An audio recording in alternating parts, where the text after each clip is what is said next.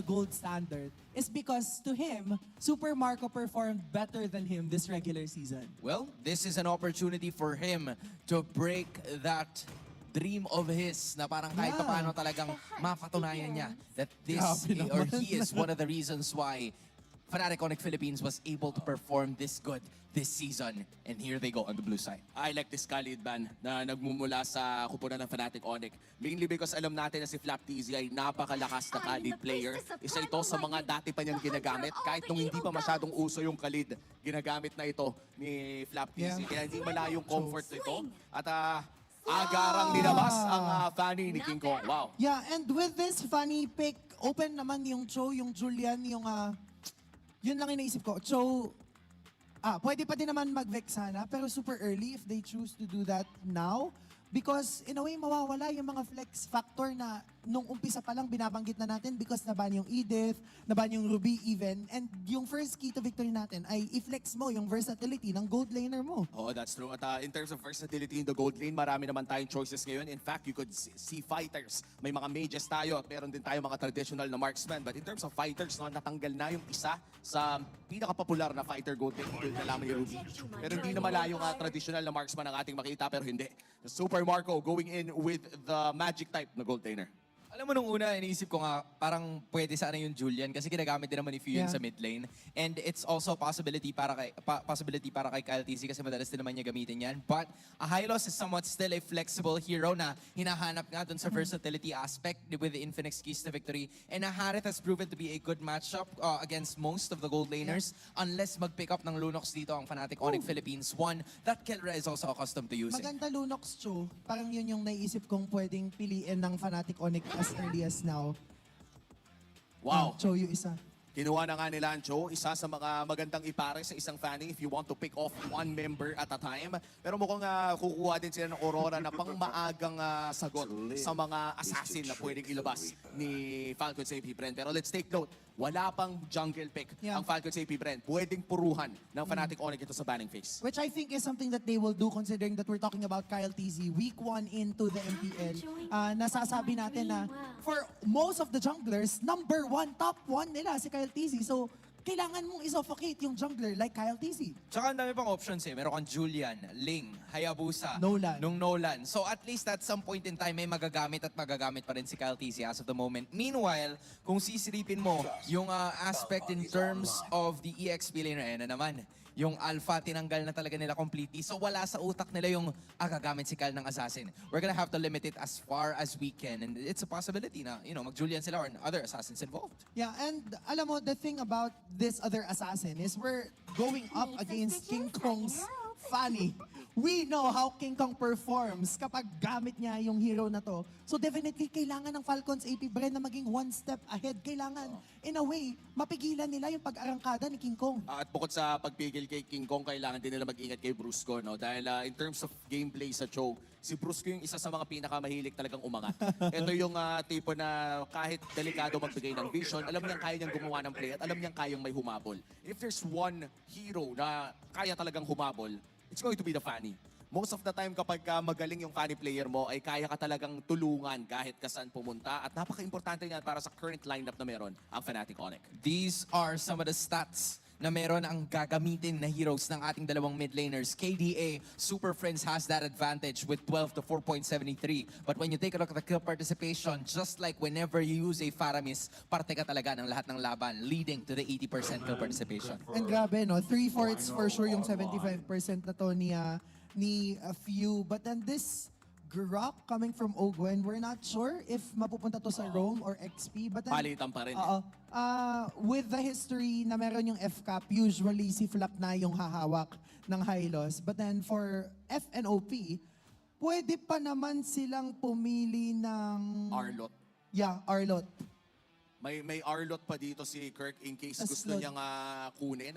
Isa rin sa mga magandang sagot when you're looking at a Faramis na mahilig mag-group up at pwede mo ring ilayo ang isang Hareth sa Zaman Force and of course yung Doris Pathway. But let's see, ano nga ba ang kukunin nila yung Claude na Loki na, isa sa mga magandang marksman ngayon. At wait lang, I think this is also one of the first few times na makikita natin na maglalaro ng Claude si Kelra. Yeah, oo.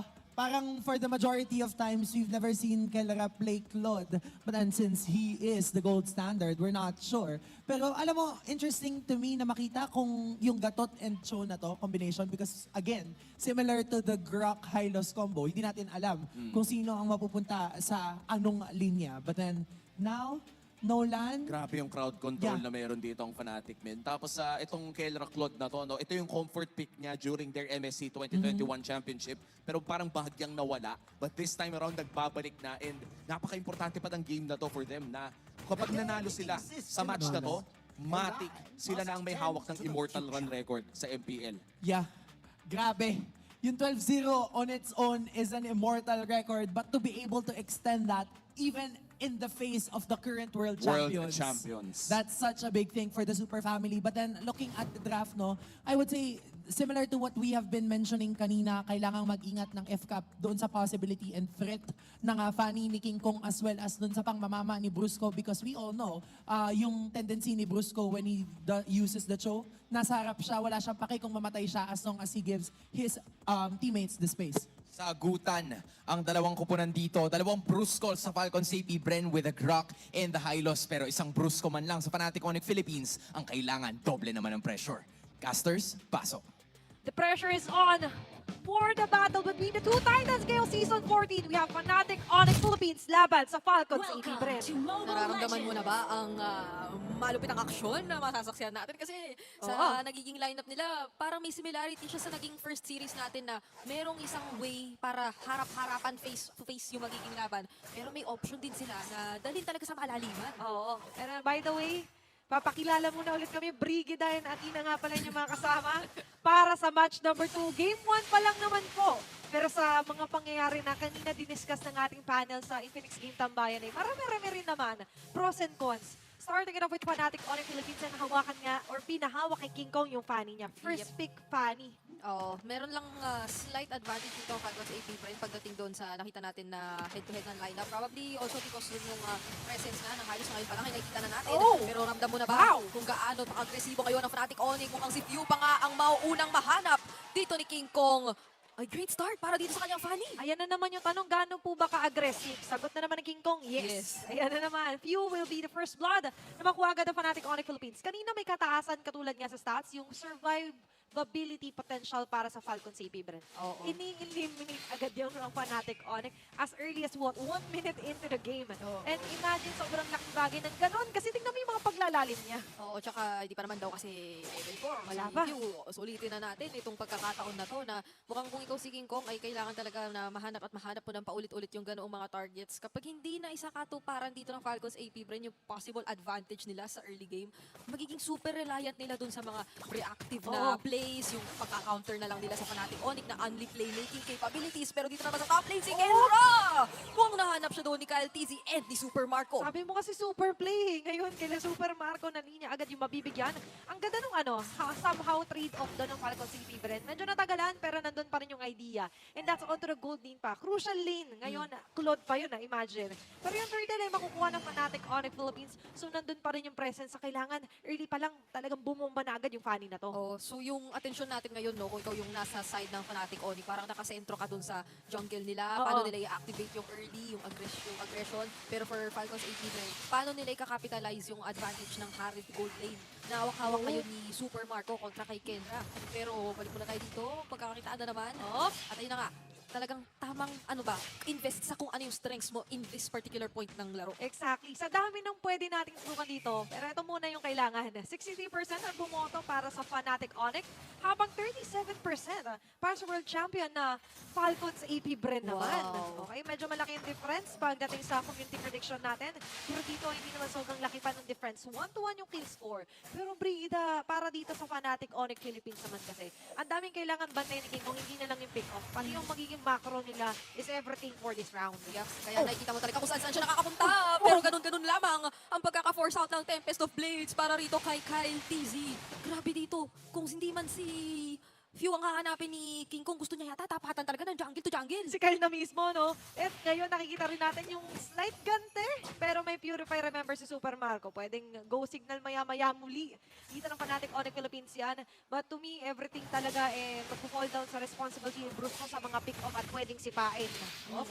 Kaya yung mga ganoon actually ay malaki-laking bagay. Kasi dagdag yun sa parang potential lang dito na maging mas agresibo. Hindi ka sa lane. Agresibo Considering nga. na kanina talaga siya yung una na dalawan. And mas isa kahit saan ka talagang tumingin na parte ng haba. Hindi na talaga tayo makauubusan ng mga pwedeng bigyang pansin. Ngayon nga, bantay sarado na ni Ogwen. Itong si King Kong, potentially for this upcoming objective. Pero prior to the objective, Ay, kung nasipa! iba nila magiging plano. Kung gusto talaga nila Wow! sanang kuhain doon ay si Kyle TZ. Pero makaka-Tempest of Flames pa siya. Nasagip siya doon ng Netherrealm. Mababawian pa ba rin si Kirk. Pero meron pa siyang revitalize. Napakakunat ng mga nakikita nating miyembro ng Fnatic Onyx. Pero sa kabilang dako, si Ogwen, nabigyan yata siya doon ni King Kong. Dividing and conquering ang ginagawa dito ng Fnatic Onyx Philippines.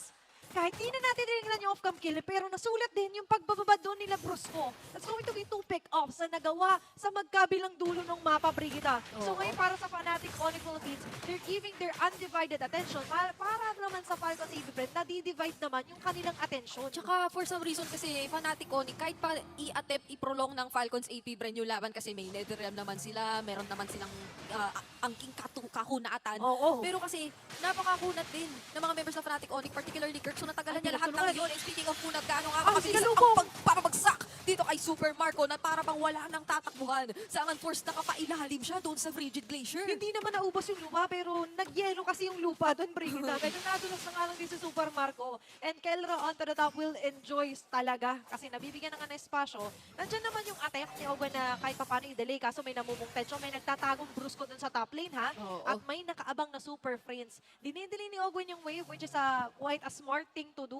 Pero ang hindi niya madedelay is yung nagbabadya ng mga sipa ni Brusco kung sakali man. Hindi na rin nila iaangat ito masyado. Napakaraming miyembro ng Fnatic Onyx ang nakabantay lang. Grabe yun. Kung may nakita talaga sila rito na gustong i-take down na torre, which is yung top lane, talagang parang pinipwersa na nila. And hindi naman nako-compromise yung ibang lanes kasi very reliable si King Kong doon sa pag-manage ng mga yun. Gaya nung nasabi mo kanina, hindi lang naman yung pagiging agresibo sa early yung pinagtutuunan natin ng pansin.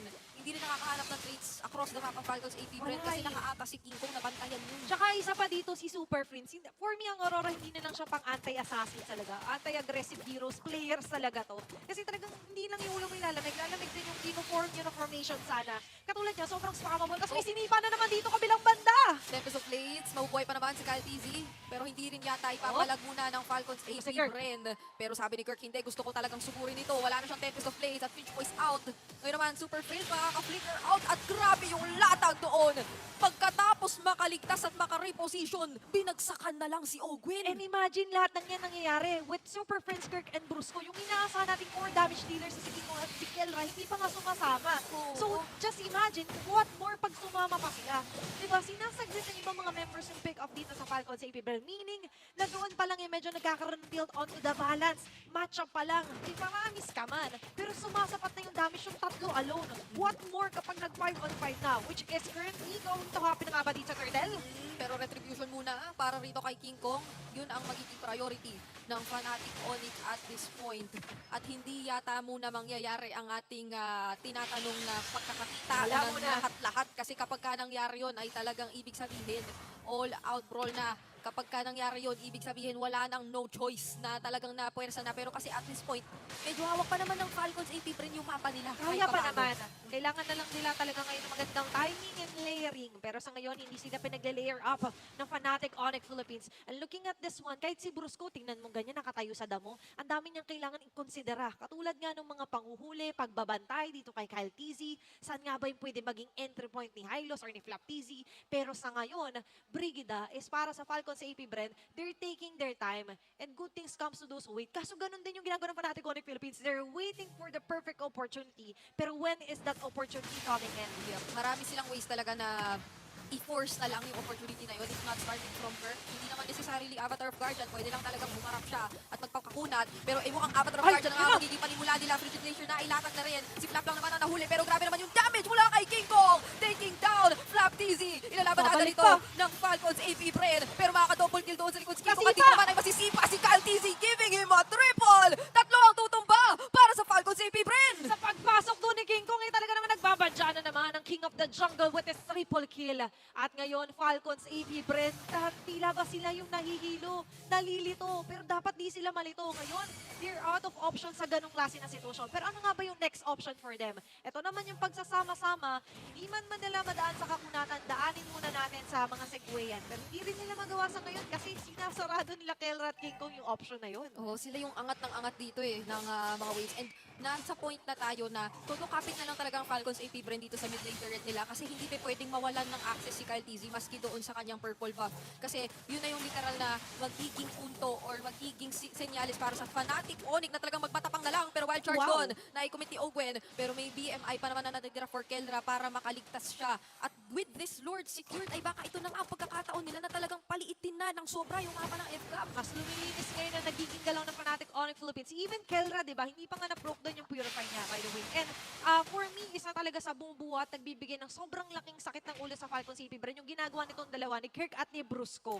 Si Kirk kasi talaga yung nagsusukap ng damage and nakasaalang-alang yung initiations or setup talaga niya kay Brusco. And ngayon, si King Kong, kanina nung nangyari yung triple kill, nag-aabang lang siya doon sa may isang damo eh. Yo, Hinaantay niya na mag-low siya, siya papasok at hindi na lang yun ang magiging trabaho niya. Also balancing it out onto the map. Pero ngayon, sa may bandang gitna, hindi balance yung mga pangyayari. Oh, sobrang advantageous para kay Kirk ngayon na walang major or Abang. solid source ng burst talaga sa Falcons AP Brand. Kaya kung kanina pa lang sa early, nakikita mo, pinapabaran na niya yung panggugulo. Nagre-revitalize na lang siya sa mukha ng Falcons AP Brand. And wala pa tayo sa point na mukhang makakapag-dish out ng enough damage of FCAP na para talagang makakuha ng ganoong klaseng pick-off. If not isolated. Kaya naman si Kirk napakatapak pa rin niya sa mga ganitong sitwasyon. Pero kahit pa paano, naiipon-ipon naman na yung damage kaya susugod na ang Falcons AP Brand. Avatar of Guardian, inilatag na nga rin dito. Pero si Super Friends pa nga yata yung una nilang mahahanap yung Netherrealm. Napakaganda nung timing mula dito kay Kapitan Few. Kaya dalawang mababawian nila mula sa side ng Fnatic Onyx. Ito yung inaantay talaga natin na layering and of course the sustainability para sa Falcons AP Brand. Ay!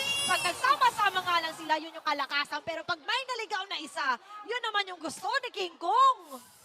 Kung ano ang naging pagtutulungan ng Falcons AP Brand para kuhain yung dalawang kills na yun. Siyang kinabilis. Siyang kinasakit ni King Kong na mag-isa lang nakuha doon yung kill kay Ogwen. Okay, bilis namang maglaho noon, Brigida. Pero panoorin natin sabay-sabay sa Infinix Instant Replay yung nangyari doon. Imbis na pa ganun, bumalik si King Kong eh. Ang sakit. And just imagine, nandun pa siya sa vicinity ng Tower Brigida na by the way, hindi pa nila napapabagsak or nasisira. And with that, ang Falcon CP Brand ngayon, kailangan nila mas pag-igtingin yung hunt nila or pag-hunt down nila dito kay King Kong. Bantayan kung saan pwede manggaling. Pero marami rin kasi silang kailangan isipin. Katulad ng mga ginagawa sa kanya continuously ni Brusco. Yan, kakasabi mo lang, di pa naman nila nakuha yung tore na yun. Sinecure na ng Fnatic Onyx ang pagbabagsak. Avatar of Guardian, dalawa! Ang mapapalipad! At papasok ng araw ni King Kong. Napakaganda rin ng latag ng Frigid Glacier. Tumatakbo na papalayo ang mga miyembro ng Falcons AP Brand. Makakahanap pa ba rito ng pick-up si King Kong? Mukhang hindi. And tore na lang ang popupusan ng mga miyembro ng Fnatic Onyx. Tore-tore muna ang target nila. At ngayon, sakto, in 3 seconds, magre-respond na nga lang din ang pangalawang Lord para sa laban na to. Mas nakita natin yung kalinisan, yung konting step back ni Super Prince. Ayaw niya nang mamulit-muli doon yung nangyari sa eskinita na yon. And by the way, lamang na lamang talaga Wow. pagdating sa head-to-head yung gold winners natin. Which means na talagang nakita natin kung paano nila napondohan na gusto dito si Kelra. Not only Kelra, but also King Kong. Si King Kong nabuo na yung item. Ngayon pa lang ay talagang nararamdaman at nagiging paliwanag na ito sa kung bakit ganoon Yung si na lang Kelra matunaw. Even yung mga pinakamaukunat na miyembro dito ng FCAP. Kahit yung mga dapat nga nagtatago sa likod or kailangan nandun na sa may mid or back lanes, ay pumupronta ng ganito. Ganon ka-confident si Kelra na hindi rin naman siya pwedeng bigyan or paglatagan agad dito ng Falcons AP Brand. Pero speak of latag, nilalatag ang plano. Pero pinaplansya din sa kung paano nga ba nila kukunin itong Lord na ito. Kasi sa may kabilang banda, kabilang dako, nagkiklear lang ng wave si King Kong. Ngayon pa lang siya darating sa party. Habang Falcons AP Brand, ready to celebrate ng RNG sila. Yep, yun yung strength na nakikita natin sa ganitong map control ng Fnatic Onyx. Pwede lang talagang i-maximize dito yung advantage na sobrang nakaangat na yung bottom lane. So sila yung mas magiging kumpiyansa na talagang kontrolin itong Lord Pit natin. At hindi nga halos maka-approach ng ganon-ganon lang ang Falcons AP Brand. Lalalim. Pero tignan mo na lang kapag may sumilip ay ganon-ganon agad ang pangalahati sa buhay. Sa ilang kable pa lamang yon ni King Kong. Kahit si View nag-aalangan sa mga pagpasok kasi pwede siyang sipain palayuin dito ni Brusco, which is what we're seeing right now. Pero ito na nga lang din ang pagpasok. Oo, nandoon yung wild charge. Pero kung hindi sasapat para pigilan ng pag-retry ni King Kong, mapapasakamay ng Fnatic Onyx yung ating Lord Objective. Naiwasan pa yata yun ni Kelra pero not for long. Makukuha siya ni Kyle TZ pero mababawian din doon ang jungler ng Falcons AP Brand. dami mga nilatag doon. Kelra for Calteezy. 1-for-1 yung naging palitan, pero yung Lord ay mapupunta pa rin sa kamay ng Fnatic Onyx. Nakita ko doon si Kirk single-handedly zoning out 3 members. Diba? Ini-escort Grabe. out niya doon ng Falcons EB Bren. And so far, nagre-reflect na rin onto the total gold earned. King Kong and Kelra topping of the charts. Ganito pala. Ito pala ang dahilan kung bakit na-first pick ang Fanny ng King Fnatic Onyx. Ganito pala ang threat na madadala nun at naiiwanan sa depensa ang Falcons AP Bren. Mukhang mapopokus naman nila itong Lord na ito, pero ang ibang mga tore ay gusto niya talagang i-secure ng Fnatic Onyx. Pero kahit pa paano, dito pa rin pumapasok na kailangan mo rin respetuhin itong Kailangan- pagkofronta na pwedeng gawin ng Falcons AP Bren. Acknowledge, di ba? Na natatanggap naman nila na kapag ganong klase mga skanita sitwasyon, talagang medyo na-egol sila. Pero what can they do for now is that nakita naman natin yung capability ni Owen na somehow i-juggle, i-manage yung minion wave na dala-dala dito ng Fnatic Onyx Philippines. But at the same time, kasi hindi makakita ng magandang tugtugin, pwestuhan sila Pew at si Super Marco. Sasabihin ko pa nga lang, kahit sabihin mo may passive yan si Pew, pero pag ulit-ulit siyang nabigyan dito, Brigida, that is not going to be a good situation para sa Falcons TV, Oo, Bren. ano na naman to, imbis na sa isang crucial moment pa sana maging okay lang yung sacrifice na yon, yung pag-takedown kay Fu ay mag-iipon-ipon ulit siya ng mga stocks just in case. At napaka-agresibo na nakikita natin na approach from Fnatic Onyx at this point in time. So talagang ito ba ang way na sagutin pala yung idea ng Falcons AP Bren na meron silang Netherrealm, meron silang mga maupunat na fronta kasi kaya talaga silang saluhin dito nung napakaraming spells na meron ng Fnatic Onyx. Particularly yung placement ng Frigid Glacier talaga na kanina pa siya Super natatimingan. Yung mga pagsugod na katulad na lamang yan. Avatar of Guardian, Frigid Tinamaan. Glacier, ilista mo na isa-isa. Step by step procedure na King gagawin Kong? ng Fnatic Onyx tapos si King Kong manggagaling lamang dun sa kabila. Pero makakatakas pa ba ngayon ang mga miyembro ng Falcons AP Bren kasi yung Netherrealm na rin ay naikasa, dalawa o isa ang nawala mula sa side ng FCAP. Nagets naman ng Falcon CP, Bren. Si Super Prince din talaga yung kailangan nilang pigilan, hulihin talaga. Kaso nga lang, Super Prince, grabe, high instincts onto that part. Rather, nakita natin nag-flicker back siya. Tapos si King Kong, nandun yung ang indisiplina, hindi sila masyado nag-aasim. Andun pa rin yung pagpipigil. Pero ito nga lang, diba, konting pagpipigil, mapipigilan ng wave. Pero para sa Fnatic Onyx Philippines, lipat muna tayo ng size dito sa may bottom lane turret. Yep.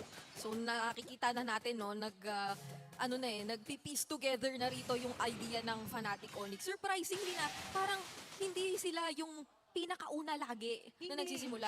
Yung Falcons AP Bren na initially inisip natin na baka mag-rely on counter-engage, yung parang naghahanap palagi ng opening to engage Fnatic Onyx na in turn ay nasasagot ng maganda nung paulit-ulit na recipe nung Exactly. layering. And mas aasahan sana natin yung ganong tactic for Falcons kasi nga may Netherrealm sila, may Yep. parami sila. Pero sila yung mas naghahabol and we understand kasi mas gusto nga nila na umayon sa kanila yung setup. And what better way is to be earlier para dun sa mga ginagawa nga nila Bruce Mo and Super Prince. Oo. Kaso nga lang, laging 2 steps ahead yung ginagawa dito ng Fnatic, ng mga Sonics. Pero so far ngayon na yung Lord, ay mukhang pwede pa rin naman nilang ituloy. Malayo-layo pa yung pwestuhan ni Calteezy, nakaabang doon sila Bruce Mo. At nandito na nga lang din ang sagupaan na medyo merong mananakaw pero hindi pa rin ibibitaw ang mga ultimates. Oh, tsaka na-reveal na rin doon yung attempt sana from Falcons AP Bren. Malayo-layo rin dito si Super Marco So kung i-attempt pa nila ito ay medyo alanganin. Pero yung Glorious Panther Ay, ay ang naroon sakit! na! At napakasakit lang din doon. Kamuntikan pang makatumba si Calteezy bago pa man mangyari ang kung ano bang labang posible nating makita. At nandoon na rin naman yung Netherrealm na nailatag kaya naman maliligtas yung iba. Pero sabi dito ni Kurt, ilalaban pa yata. Frigid Glacier nandoon na rin. Revitalize, ikinupit na ni Flap TZ. So yung kunat ay dama mo pa rin. Kaso yung pagpasok ni Kelna with the blazing duet. Samahan mo pa ng Avatar of Guardian doon sa likod. Kyle TZ, si Super Prince na lang ang tatargetin. Pero protektado talaga. No iba pa niya mga kasama. Nakabili pa ng Immortality at yung ibang mga miyembro ng Fnatic Onyx. Base na pala ang kanilang puntirya. Fnatic Onyx Philippines securing game na number 1! Sa dami ng mga pangyayari, na-accomplish sila ang 2 things at the same time. Locking onto the base, deleting enemy heroes, at securing the game number 1 win laban sa Falcons.